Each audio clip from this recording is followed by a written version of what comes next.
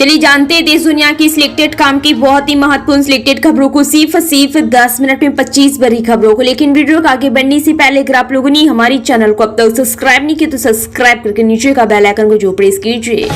दिल्ली विधानसभा में शुक्रवार को और सीएजी रिपोर्ट पेश की जाएगी। सूत्रों का कहना है कि ये रिपोर्ट दिल्ली के स्वास्थ्य विभाग के अकॉर्डिंग रिपोर्ट होगी। इससे पहले दिल्ली शराब घोटाले पर सीएजी रिपोर्ट पेश की गई थी, जिसे पीएससी के पास भेज दिया गया है। कर्नाटक के मुख्यमंत्री सिद्धार्थ मौर्य के एक बयान में परिसीमन पर केंद्रीय गृह मंत्री अमित शाह की टिप्पणी की कड़ी आलोचना की गई और कहा है कि ये भरोसेमंद नहीं है और दक्षिणी राज्यों में भ्रम पैदा करने के उद्देश्य से है। बिहार में जल्द ही विधानसभा के चुनाव होने वाले हैं। इसको लेकर प्रदेश की सभी राजनीतिक पार्टियों ने अपनी तैयारियां शुरू कर ली है।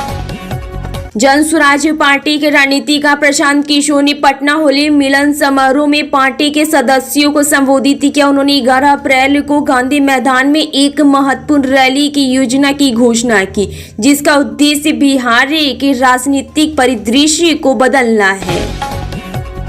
उत्तर प्रदेश की प्रयागराज में महाकुंभ के आयोजन का गुरुवार को समापन हो गया। अब मुख्यमंत्री योगी आदित्यनाथ महाकुंभ के आयोजन का क्रेडिट लेते हुए अपने मंत्रिमंडल का विस्तार करेंगे।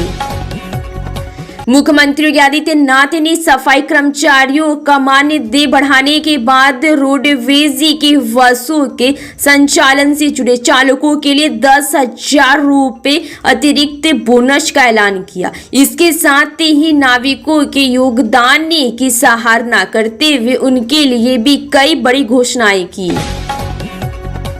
दिल्ली विधानसभा में दूसरी क्रेगी की रिपोर्ट पेश हो सकती है। सूत्रों ने इनकी जानकारी दी। सूत्रों के माने तो सरकारी अस्पताल और स्वास्थ्य सेवाओं की क्रेगी की रिपोर्ट पेश की जा सकती है। शिवसेना नेता संजय राउत ने पुणे में बस के अंदर एक महिला के साथ दुष्कर्म की तुलना 2012 में दिल्ली में हुई सामूहिक बलात्कार की घटना से की। साथ ही कानूनी व्यवस्था की स्थिति को लेकर जिला संरक्षण मंत्री अजित पवार पर निशाना साधा।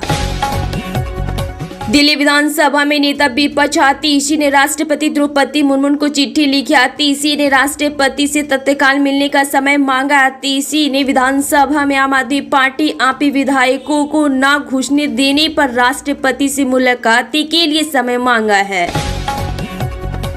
पश्चिम बंगाल की मुख्यमंत्री ममता बनर्जी ने दावा किया है कि बीजेपी ने राज्य की मतदाता सूची में हेरफेर के लिए 2 ऑनलाइन एजेंसियों की नियुक्ति की है, जो कि यह सुनिश्चित करने के लिए सक्रिय हो गई है कि दूसरे राज्य के मतदाता 2026 के बंगाल विधानसभा चुनावों में मतदान कर सके।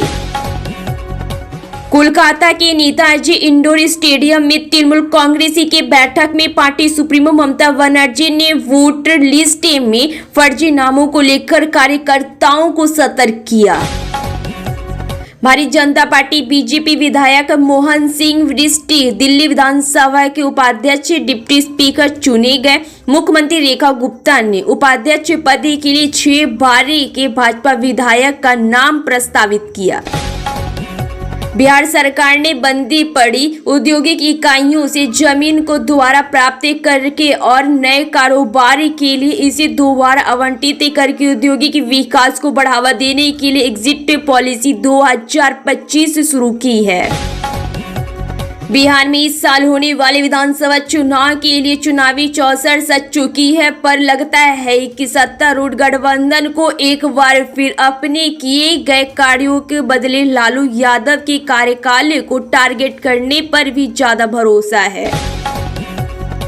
दिल्ली विधानसभा में अंदर और बाहर संग्राम जारी है। बाहर आतिशी अम्बेडकर के अपमान के मुद्दे पर आम आदमी पार्टी के अन्य विधायकों के साथ धरने पर बैठी है। विपक्ष की नेता आतिशी और आपी के अन्य विधायकों को दिल्ली विधानसभा परिषद में प्रवेश करने से रोक दिया गया, जिसके बाद उन्होंने विधानसभा के बाहर ही करीब 7 घंटे तक धरना दिया। आपी की पूर्व मुख्यमंत्री आतिशी ने कहा है कि दिल्ली में सत्ता में आने के बाद भाजपा तानाशाही की सभी हदें पार कर रही है।